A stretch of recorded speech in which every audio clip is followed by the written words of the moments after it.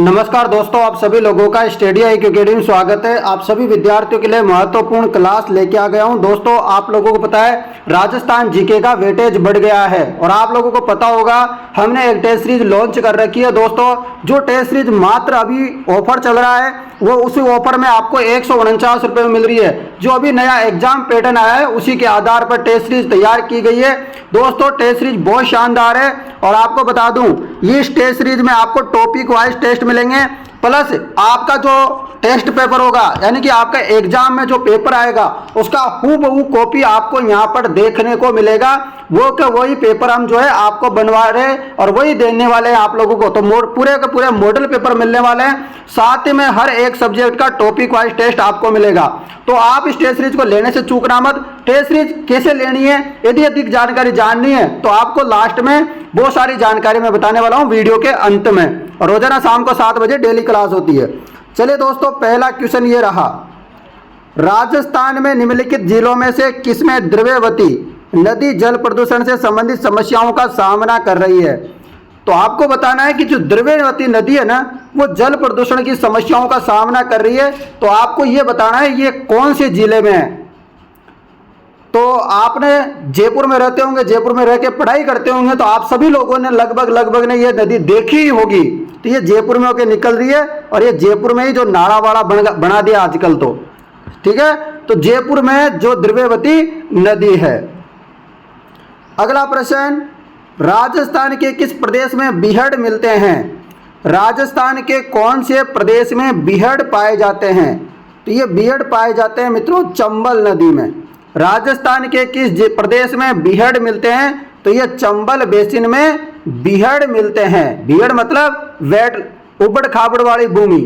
अब आपको बताना है, क्वेश्चन एक और बनता है कि सर्वाधिक जो बीहड़ मिलते हैं वो कहाँ मिलते हैं, कौन से जिले में मिलते हैं। तो आपको याद रखना है धौलपुर में। और जब कैसे पूछ ले कि बीहड़ों का सर्वाधिक विस्तार कहाँ पर है तो सवाई माधोपुर में। यदि क्वेश्चन ऐसे आ जाए कि बीहड़ों की रानी किसको बोलते हैं तो वो बोलते हैं करौली को। तो इतने सारे प्रश्न बीहड़ से संबंधित बनेंगे तो आपको जवाब देना है। अगला प्रश्न, निम्नलिखित शहरों में से कौन सा जवाई नदी के किनारे स्थित है। अब दोस्तों, आपको जवाई नदी के बारे में जानकारी जाननी चाहिए। जवाई बांध कहाँ है, पाली में। जवाई नदी के किनारे कौन सा शहर है, पाली। जवाई नदी कहाँ है, पाली। तो ऐसे आपको सारी जानकारी याद रखनी है जवाई नदी के बारे में। याद रख लोगे, बहुत ही इंपॉर्टेंट है आप सभी के लिए। दोस्तों, एक और चीज बता दूं, कभी कभी क्वेश्चन आता है चंबल नदी के किनारे कौन कौन से जिले आते हैं। तो चंबल नदी के किनारे जिले आप लोगों से पूछ ले तो आपको बताना है, जैसे कि कोटा हो गया, राउतबाटा हो गया, केशवराय पाटन हो गया। उसके अलावा जवाई नदी के किनारे मैंने बता दिया सुमेरपुर पाली आता है और शिवगंज सिरोही आता है। उसके अलावा आपसे पूछे बेड़च नदी के किनारे कौन सा जिला है तो बेड़च नदी के किनारे चित्तौड़गढ़। यदि आपसे पूछे खारी नदी के किनारे कौन से जगह पड़ती है तो आसिंद वो विजयनगर पड़ता है भीलवाड़ा। उसके अलावा पूछिए कि काली सिंध नदी के किनारे कौन सा जिला है तो झालावाड़। लूणी नदी के किनारे कौन सा है तो बालोतरा। पश्चिम बनास की बात करें तो इसके किनारे कौन सा है, डीसा। उसके अलावा चंद्रभागा नदी के किनारे कौन सा शहर पड़ता है, चंद्रभागा मेला भी पड़ता है जहां पर झालरा पाटन झालावाड़ वसुंधरा का विधानसभा क्षेत्र। सूखड़ी नदी इसके किनारे एक शहर जिला पड़ता है जालोर और बनास नदी के किनारे पड़ता है नाथद्वारा व टोंक। अगला प्रश्न आपके लिए, निम्न में से चंबल प्रोजेक्ट के किसमें सबसे ज्यादा जल विद्युत का उत्पादन किया जाता है। तो कल जो क्लास ली थी मैंने उसमें आपको इसका जवाब दिया था। तो सभी विद्यार्थी इसका जवाब दीजिएगा फटाफट से। सभी विद्यार्थी फटाफट से जवाब देंगे इसका। चलिए फटाफट से इसका जवाब दे दीजिएगा। क्या हो जाएगा, कल ही बताया था मैंने, बहुत सारे बच्चों को पता भी होगा, राणा प्रताप सागर। इसमें सबसे ज्यादा विद्युत का उत्पादन होता है कितना, 172 मेगावाट। कितना, 172 मेगावाट इसमें विद्युत का उत्पादन होता है। ठीक है मित्रों, याद रख लोगे। चलिए अगले प्रश्न की तरफ बढ़ते हैं। ये रहा अगला प्रश्न। प्रश्न है, निम्नलिखित में से कौन सा वनोत्पाद राजस्थान के ग्रामीण क्षेत्रों में शराब बनाने में काम में लिया जाता है। तो शराब बनाने में काम में लिया जाता है, आपको बताना है। चलिए, शराब बनाने में, तो शराब बनाने में जिसका काम लिया जाता है वो है महुआ। क्या है? महुआ का काम शराब बनाने में काम आता है, जो वनोत्पाद है। अगला प्रश्न, निम्नलिखित में से कौन सी नदी राजस्थान के पूर्वी मैदानों में प्रवाहित नहीं होती है? कौन सी नदी है जो पूर्वी मैदानों में प्रवाहित नहीं होती है? आपको बताना है। पूर्वी मैदानों में प्रवाहित नहीं होती है, सभी बताएंगे। तो आपको बताया पश्चिमी रेगिस्तान में क्या है, प्रवाहित होती है काकनी नदी। इस काकनी नदी को दोस्तों अलग अलग नाम से जानते हैं, काकनी, ये अंत प्रवाही नदी है दोस्तों। क्या है? अंत प्रवाही नदी है, यानी कि छूमंतर होने वाली है। और ये क्या है? सबसे छोटी नदी है, अंत प्रवाही सबसे छोटी नदी पूछे तो काकनी, यानी कि काकने इसी को बोलते हैं। और ये कहां से निकलती है? इसका निर्माण होता है भुज झील से, भुज झील जैसलमेर से। अगला प्रश्न, राजस्थान में निम्न में से कौन सी मृदा का सर्वाधिक उपजाऊ प्रकार माना जाता है? राजस्थान में निम्न में से कौन सी मृदा का सर्वाधिक उपजाऊ प्रकार माना जाता है? तो सर्वाधिक उपजाऊ प्रकार जो होता है एलुवियल सॉइल, यानी कि जलोढ़ मृदा जो होती है ना, वो क्या होती है दोस्तों? सर्वाधिक उपजाऊ प्रकार की मृदा होती है। ये आपको याद रखना है। ये कहां पर मिलती है? तो ये जो पूर्वी राजस्थान पड़ता है ना, पूर्वी मैदानी प्रदेश, इधर मिलती है ये। और इसका निर्माण कब होता है? जब नदियां होती है ना, वो नई नई मिट्टी लेकर के आती है, तो इसका निर्माण होता है नदियों द्वारा लाई गई अवसाद, यानी कि जो मिट्टी होती है उसी के कारण। इसमें एक चीज देखने को मिलती है, इसमें नाइट्रोजन का क्या होता है? स्त्रीकरण होता है। और इसके अन्य नाम भी है जलोढ़ मिट्टी के। क्वेश्चन बहुत बार आ जाता है कि जलोढ़ मिट्टी के अन्य नाम क्या है, क्योंकि आपका पेपर ऐसा ही है, चतुर्थ श्रेणी कर्मचारी वाला, तो क्वेश्चन ऐसे आने वाले हैं। जलोढ़ मृदा के अन्य नाम कचारी, दोमट, कांपीय मृदा। और ये कौन कौन से जिले में पाई जाती है? प्रमुख रूप से बात करें तो जैसे कि अलवर हो गया, भरतपुर हो गया, सवाई माधोपुर, टोंक, जयपुर, दौसा और कोटा, इन जिलों में जलोढ़ मृदा देखने को मिलती है। अगला प्रश्न, निम्नलिखित जिलों में से कौन सा खत्ते का प्रमुख उत्पादक नहीं है? किसका? कत्ते का। आपको पता है कत्ते का? बताओ। बिल्कुल, बहुत बढ़िया। तो ये बीकानेर में नहीं पाई जाती, जबकि बूंदी, भरतपुर, झालावाड़ इनमें तो पाई जाती है। आपको पता है इसकी जो छाल होती है ना कत्ते की, तो कत्ते की जो छाल होती है, जो कत्ता तैयार किया जाता है खेर के वृक्ष से, इसकी जो छाल होती है ना, उसे कतोड़ी जो जनजाति होती है, कतोड़ी जनजाति जो होती है ना, वो हांडी पद्धति से क्या तैयार करती है? कत्ता तैयार करती है खेर के वृक्ष से। रख लोगे याद। कत्ता उत्पादक जिले यदि आपसे पूछे तो आपको याद रखना है, उदयपुर हो गया, झालावाड़, चित्तौड़, बूंदी, भरतपुर, जयपुर। परंतु पश्चिमी राजस्थान में नहीं पाई जाता, तो पश्चिमी राजस्थान होगा ही नहीं, बीकानेर होगा ही नहीं। अगला प्रश्न दोस्तों, इस क्लास में इंपॉर्टेंट 40 प्रश्न होंगे, जो कि बहुत इंपॉर्टेंट है। सिंबुदड़ा एवं कोंडा ग्रंथों में किस संप्रदाय के उपदेश है? सिंबुदड़ा एवं कोंडा ग्रंथों में किस संप्रदाय के उपदेश है? तो किस संप्रदाय के हैं? तो इसमें जसनाती संप्रदाय के उपदेश है। जसनाती संप्रदाय की प्रमुख पीठ कहाँ है? कत्रियासर बीकानेर में है, यह आपको याद रखना है। और इसके संस्थापक कौन है? संत जसनाथ जी है, जो कि आपने प्रश्न में जवाब दे दिया। और इन्होंने तपस्या कहाँ की थी? तो गोरखमालिया नामक एक स्थान पड़ता है, वहां पर इन्होंने तपस्या की थी। इनके प्रमुख जो ग्रंथ है वह सिंबुदड़ा व कोंडा है। और आपको पता है एक बात होगी, जसनाती संप्रदाय ने कितने नियम दिए थे? 36, यानी कि 36 नियम दिए थे। यदि आपसे पूछ रहे विश्नोई संप्रदाय ने कितने नियम दिए थे? 20 + 9, विश्नोई यानी कि 29 नियम दिए थे, 20 + 9 29 नियम दिए थे। और आपको याद रखना है कि जो जसनाती संप्रदाय, इनके प्रमुख संत का नाम क्या क्या है? तो लालनाथ जी हो गए, चोकनाथ जी हो गए, सवाई दास जी आदि जो है इनके प्रमुख संत है। इनका एक नृत्य का नाम आपने सुना होगा कि जसनाती संप्रदाय का एक प्रमुख नृत्य होता है, डांस होता है फायर डांस, यानी कि अग्नि नृत्य। तो इनके बारे में याद रख लेना। इतनी सारी बातें, तो आपका क्या हो जाएगा? सिलेक्शन हो जाएगा। चाहते हो आप सिलेक्शन? तो आप वीडियो को फटाफट से शेयर कर दो, क्योंकि रोजाना फ्री में क्लास हो रही है, तो आप फटाफट से क्लास को शेयर कर दीजिएगा मित्रों। अगला और प्यारा सा प्रश्न आपके सामने, इसके बारे में बहुत सारी जानकारी मैं आप लोगों को बताने वाला हूं, तो थोड़ा ध्यान से इस प्रश्न को जरूर देख लेना। पहले तो मेहरानगढ़ दुर्ग का निर्माण किसने करवाया? आपको बताना है मेहरानगढ़ दुर्ग का निर्माण किसने करवाया। बताओ। और कब करवाया ये आप बता देना। इसके 100 साल बाद उदयपुर शहर का भी निर्माण हो गया था। तो आपको याद रखना है राव जोधा ने निर्माण करवाया था इसका 1459 में। इसके 100 साल बाद की बात करें तो उदयपुर जो है उसका भी निर्माण हो गया था। उदय सिंह जी ने उसका भी निर्माण करवा दिया था 1559 के महीने। तो इतनी बात याद रख लोगे। अब थोड़ा जोधपुर के दुर्ग के बारे में यानी कि मेहरानगढ़ दुर्ग के बारे में थोड़ा जान लेते हैं। इसका अन्य नाम क्या है? मयूर ध्वज गढ़ भी इसको बोलते हैं, मोर ध्वज गढ़ भी बोलते हैं, गढ़ चिंतामणि भी बोलते हैं।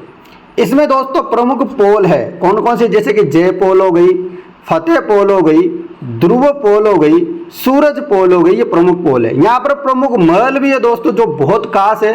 कौन कौन से हैं? जैसे कि मोती महल है, फतेह महल है, फूल महल, श्रृंगार महल, पुस्तक प्रकाश पुस्तकालय। मान पुस्तक जो प्रकाश पुस्तकालय ना, ये किसने निर्माण करवाया था? ऐसा क्वेश्चन एक बार आया हुआ था, तो ये आपको याद रखना है मान सिंह ने निर्माण करवाया था। साथ में याद रखो छोकेलाव महल हो गया।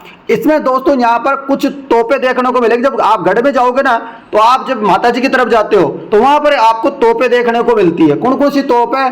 किलकिला तोप है, शंभू बाण तोप है, गजनी खान है, जमजमा है, कड़क है, बिजली है। तो ये प्रमुख तोपें हैं। उसके अलावा यहाँ 2 तालाब भी है जो बहुत बार क्वेश्चन आता है, पानीसर और एक पदमसर। ये 2 तालाब है यहाँ पर।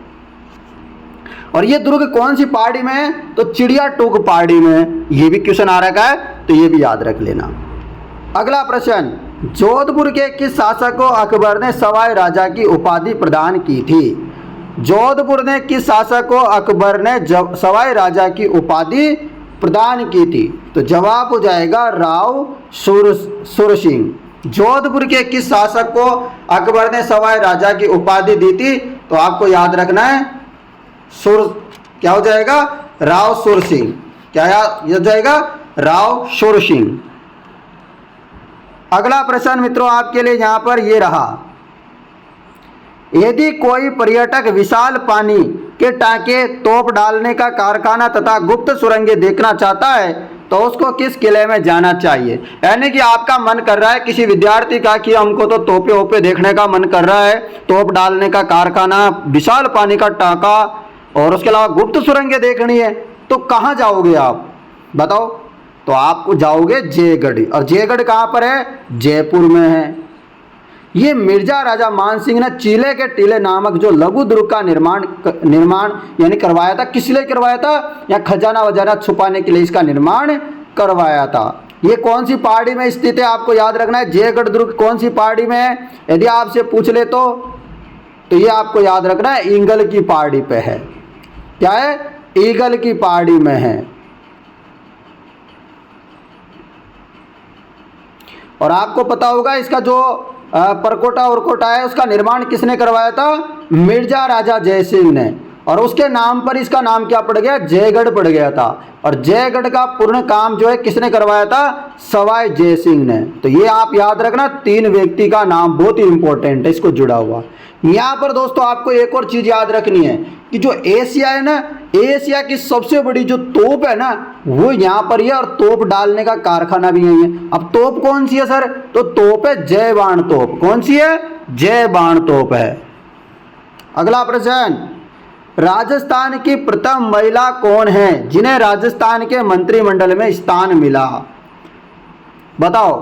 राजस्थान की प्रथम पहली ऐसी महिला जिनको मंत्रिमंडल में स्थान मिला था, याद रखना है कमला बेनीवाल। इनका अभी कुछ ही 1 साल पहले इनका लगभग क्या हो गया? निधन हो गया। तो इसलिए ये क्वेश्चन बहुत इंपॉर्टेंट बनता है, ये आपको याद रखना है। अगला प्रश्न, चंद्रभागा का प्रसिद्ध मेला कहाँ लगता है? तो चंद्रभागा का प्रसिद्ध मेला कहाँ लगता है? तो कहाँ लगता है? चंद्रभागा नदी के किनारे लगता होगा। और मैंने बताया था थोड़ी देर पहले कि चंद्रभागा जो है नदी वो किस जिले के पास पड़ती है, मतलब शहर के पास पड़ती है? तो झालरापाटन। बताया था कि नहीं बताया? बताया था। तो आ गया होगा समझ में, बहुत बढ़िया। अगला प्रश्न, डॉक्टर तेसी तोरी के अनुसार राजस्थानी भाषा किस नदी के लगभग अस्तित्व में आ चुकी थी?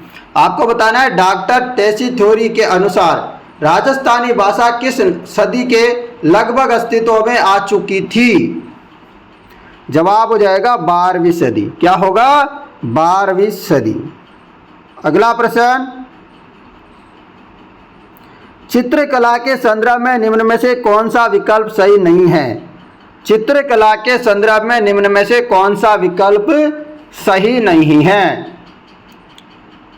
तो आपको याद रखना है, शालिग्राम, बक्साराम, नंदराम ये अलवर शैली के क्या है? प्रसिद्ध कलाकार है। आगे याद रखो, आला गीला पद्धति सर्वप्रथम आमेर में प्रारंभ हुई, ये बात भी सही है।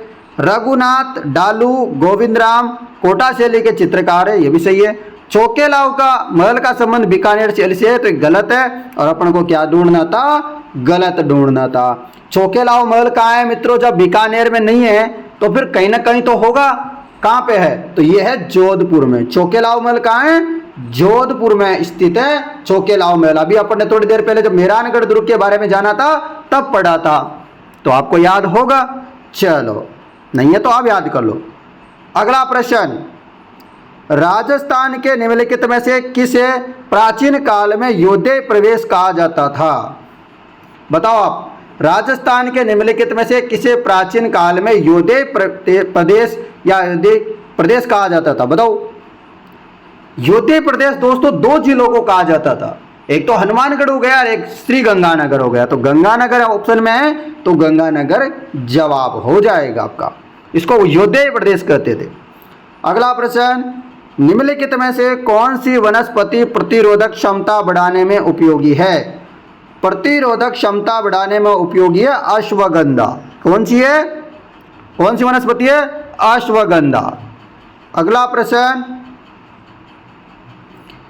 है, निम्नलिखित में से कौन सी घास राजस्थान के पश्चिमी जिलों में नहीं पाई जाती? तो कौन सी घास है जो पश्चिमी जिलों में यानी कि मरुस्थल में नहीं पाई जाती? आपको पता होगा दोस्तों, सेवण भी पाई जाती है, करड़ भी पाई जाती है, धामण भी पाई जाती है, परंतु लाणा नहीं पाई जाती। उसके अलावा एक और घास का नाम सुना होगा आपने, अंजन। तो ये अंजन घास ये मरुस्थल में पाई जाती है।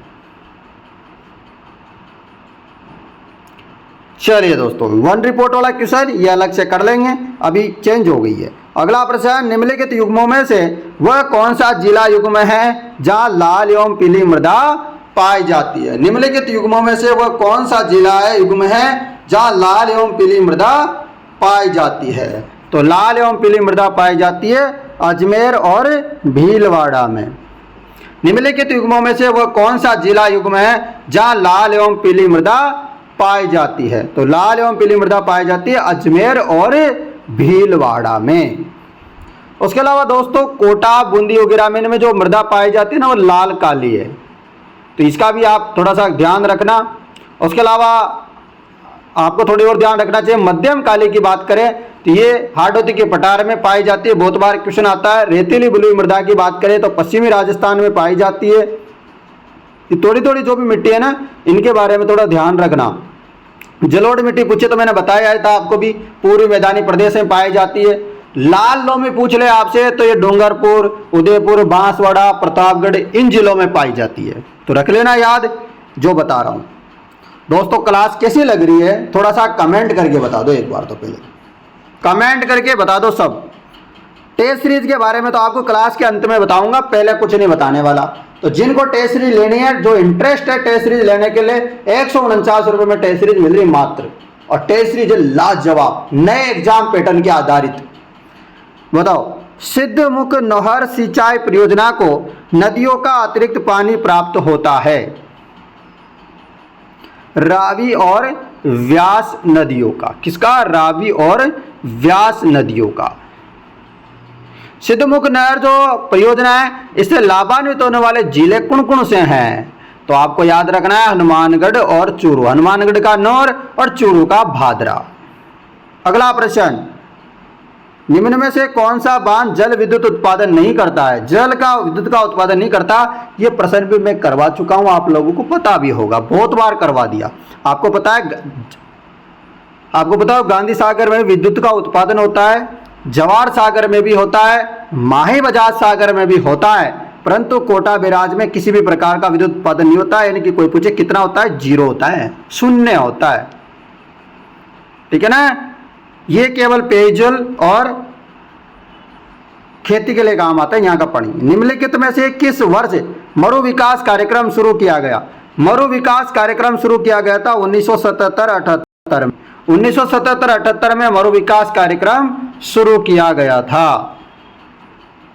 अगला प्रश्न, राजस्थान के किस प्रदेश में एंटीसोल समूह की मृदा मिलती है? राजस्थान के किस प्रदेश में एंटीसोल समूह की मृदा पाई जाती है? एंटीसोल समूह की मृदा पाई जाती है, वो पाई जाती है पश्चिमी राजस्थान में। कहाँ पाई जाती है एंटीसोल समूह की मृदा? पश्चिमी राजस्थान में पाई जाती है। अगला प्रश्न, निम्नलिखित में से कौन सी नदी अजमेर जिले में प्रवाहित नहीं होती है? निम्न में से कौन सी नदी है जो अजमेर जिले में प्रवाहित नहीं होती है? तो ये नहीं होती है दोस्तों मानसी। निम्न में से कौन सी नदी है जो अजमेर जिले में प्रवाहित नहीं होती है? वह है मानसी नदी। ये अजमेर जिले में प्रवाहित नहीं होती है। तो कहाँ पर होती है मानसी दोस्तों? ये होती है दोस्तों, कहाँ पर होती है? जल्दी बताओ बड़े। भीलवाड़ा में होती है ये, भीलवाड़ा में, जिस पर दोस्तों एक बांध बना हुआ है, अडवाण बांध। तो ये बहुत बार एक बार क्वेश्चन आया था कि अडवाण बांध कहाँ है, तो आपको याद रखना है भीलवाड़ा में। और मासी नदी कहाँ है? भीलवाड़ा में। जबकि खारी, डाई, बनास ये अजमेर में प्रवाहित होती है, अजमेर से संबंधित है। अगला प्रश्न, जिंदोली सुरंग राजस्थान के किन जिलों में स्थित है? जिंदोली सुरंग, तो यह है अलवर में। कहाँ पर? अलवर में। अगला प्रश्न आपके लिए प्रश्न है, निम्नलिखित में युग्मों में से कौन सा युग्म जो है सुमेलित नहीं है? कौन सा युग्म जो सुमेलित नहीं है? कोपेन के अनुसार जलवायु, प्रदेश और जिला आपको बताना है। जो सुमेलित नहीं है वो बताओ। तो आपको पता है AW प्रकार की जो जलवायु है वो पाई जाती है दक्षिणी राजस्थान में। दक्षिण में बात करें तो इसका जो प्रतिनिधित्व नगर है वो है बांसवाड़ा। तो यहाँ पर दोस्तों मृदा कौन सी पाई जाती है? बहुत बार ये भी क्वेश्चन आ जाता है। तो सवान्य तुल्य वनस्पति या मानसूनी पतझड़ वन भी यहाँ पाए जाते हैं और इसको बोलते हैं उष्णकटिबंधीय आर्द्र। उसके अलावा CWG की बात करें तो ये इसका जो CWG इसका प्रतिनिधित्व नगर टोंक है। ये राजस्थान का क्या है? सबसे बड़ा जलवायु प्रदेश है, उप आर्द्र जलवायु प्रदेश सबसे बड़ा है ये। उसके अलावा बात करें BSHW इसका प्रतिनिधित्व नगर की बात करें तो नागौर पड़ता है वैसे तो, परंतु पाली भी इसमें आता है। ये आपको याद रखना है। यहाँ स्टेपी तुल्य वनस्पति पाई जाती है दोस्तों। इसको बोलते हैं उष्णकटिबंधीय अर्ध शुष्क जलवायु प्रदेश। जबकि BWHW बाड़मेर गलत है, बाड़मेर में BSHW पाई जाती है, ना कि BWHW।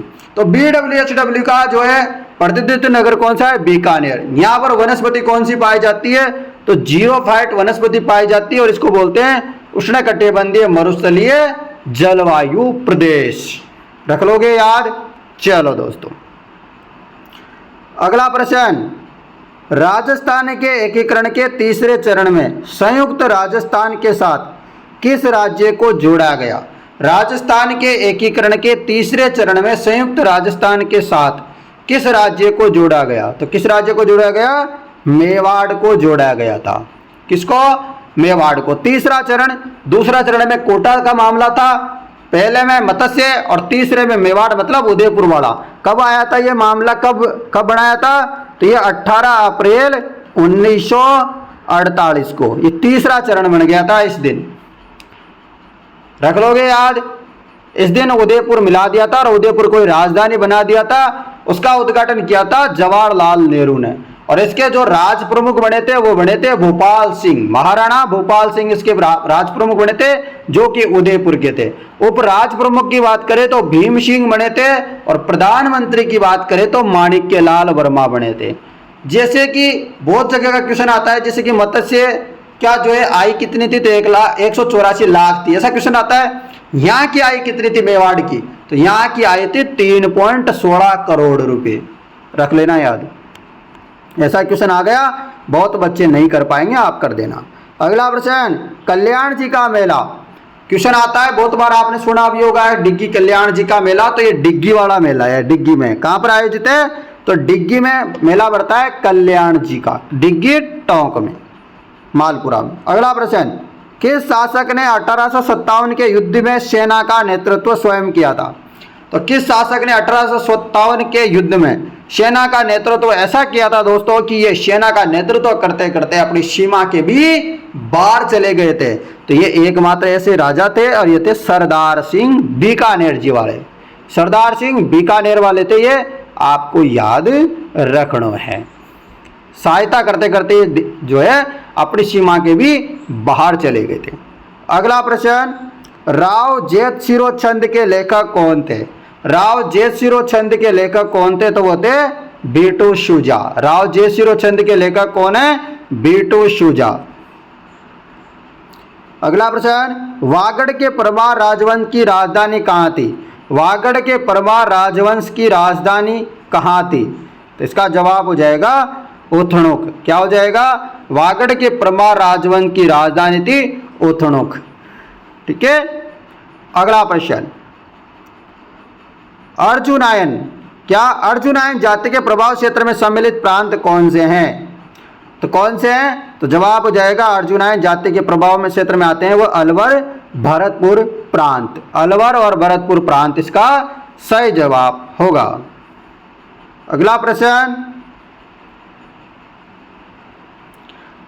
है, अप्रैल 1930 में बाल विवाह निरोधक कानून के प्रणेता कौन थे?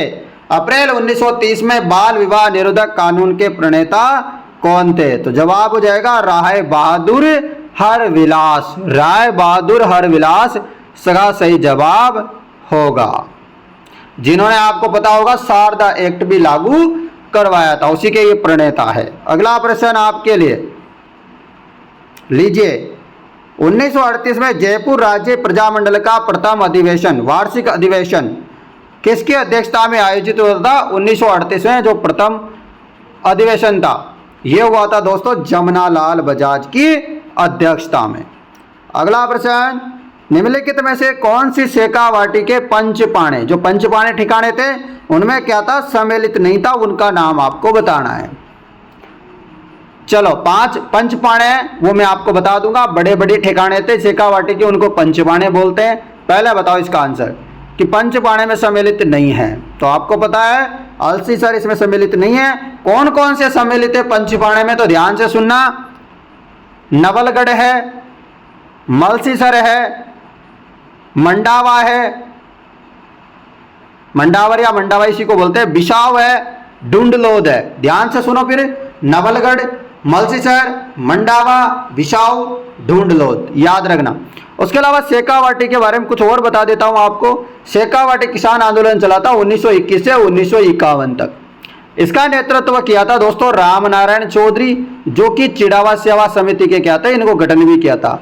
आपको याद रखना है जो आंदोलन हुआ था वो हुआ था पलसाना सीकर में, कटरातल सीकर में। कटरातल सीकर के बारे में तो आपने सुना ही होगा कि यहाँ पर प्रथम महिला सम्मेलन हुआ था 25 अप्रैल 1934 में, जिसकी अध्यक्षता करी थी किशोरी देवी ने। उसके अलावा एक और आंदोलन का नाम सुना होगा कूदी कूदन व खुदी आंदोलन, ये 1935 में हुआ था। उसके अलावा कूदन आंदोलन का भी सुना होगा आपने। और एक था जय सिंहपुरा, यहाँ पर एक कांड भी हो गया था जय सिंहपुरा हत्याकांड 21 जून 1934 को। दोस्तों आप क्लास को ध्यान से देखा करो, और दूसरी बात सुनो मेरी, क्लास को 2 बार देखा करो, और जिन्होंने टेस्ट सीरीज नहीं ली वह जरूर ले लिया करो।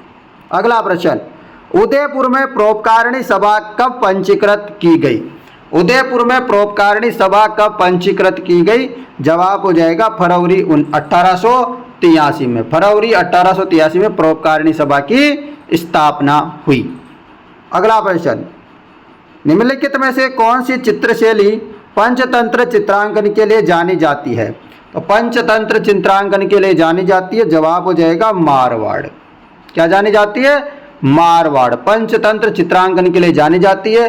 मारवाड़ के बारे में थोड़ी सी याद रखना, बादाम जैसी आंखें होती है इसमें, और ऊंची पाग के लिए प्रसिद्ध है। और यदि आपसे पूछ ले कि मारवाड़ की जो शैली थी वह स्वर्ण काल कब था, तो ये था दोस्तों मालदेव के समय। उसके अलावा यहाँ पर एक चित्र बना था रागमाला, ये वीर जी पाली द्वारा चित्रित किया गया था 1623 में।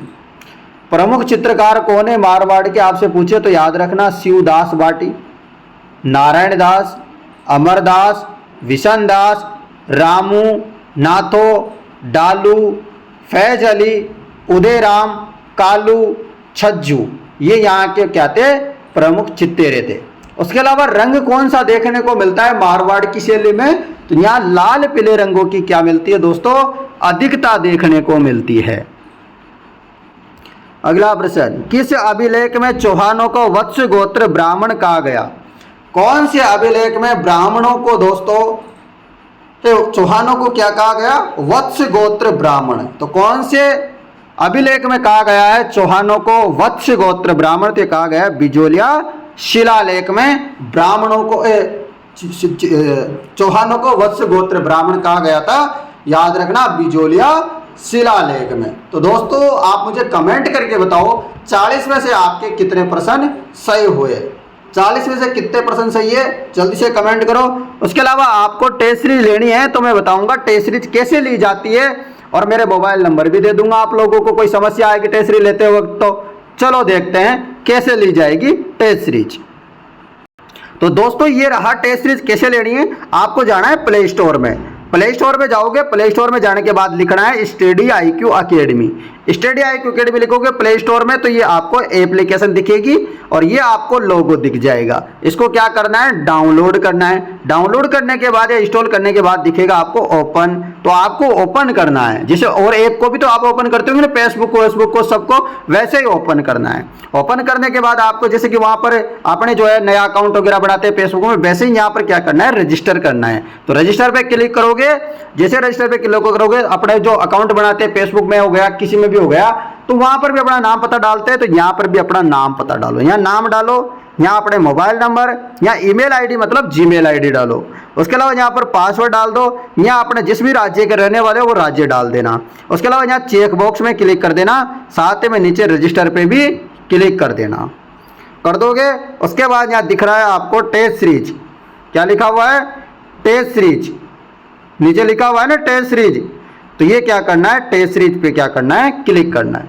जैसे टेस्ट सीरीज पे क्लिक करोगे आपको यहाँ दिख जाएगा, देखो Rajasthan 4th class test series 149। तो बाय नाउ पे क्लिक कर देना। किसी को जीके की लेनी तो जीके की ले सकता है, किसी को हिंदी की लेनी है तो हिंदी की ले सकता है। ये 99 में, परंतु ये 149 में इसमें आपको हिंदी भी मिलेगी, इसमें जीके भी मिलेगी, इसमें मैथ भी मिलेगी, इसमें आपको सभी सब्जेक्ट मिल जाएंगे। चिंता मत करो, इंग्लिश भी मिल जाएगी, सब मिल जाएंगे। बाय नाउ पे क्लिक कर दिया, जैसे ही क्लिक करोगे नीचे आ जाएगा लिखा हुआ पे ऑनलाइन। तो पे ऑनलाइन पे क्लिक करना, जैसे पे ऑनलाइन पे क्लिक करोगे यहाँ आ जाएगा पे, आप पे में क्लिक करना। पे में क्लिक करते आपके यहाँ आ जाएगा पे 149, तो आप पेमेंट कर देना और टेस्ट सीरीज आपकी हो जाएगी और आप टेस्ट सीरीज लगा सकते हो।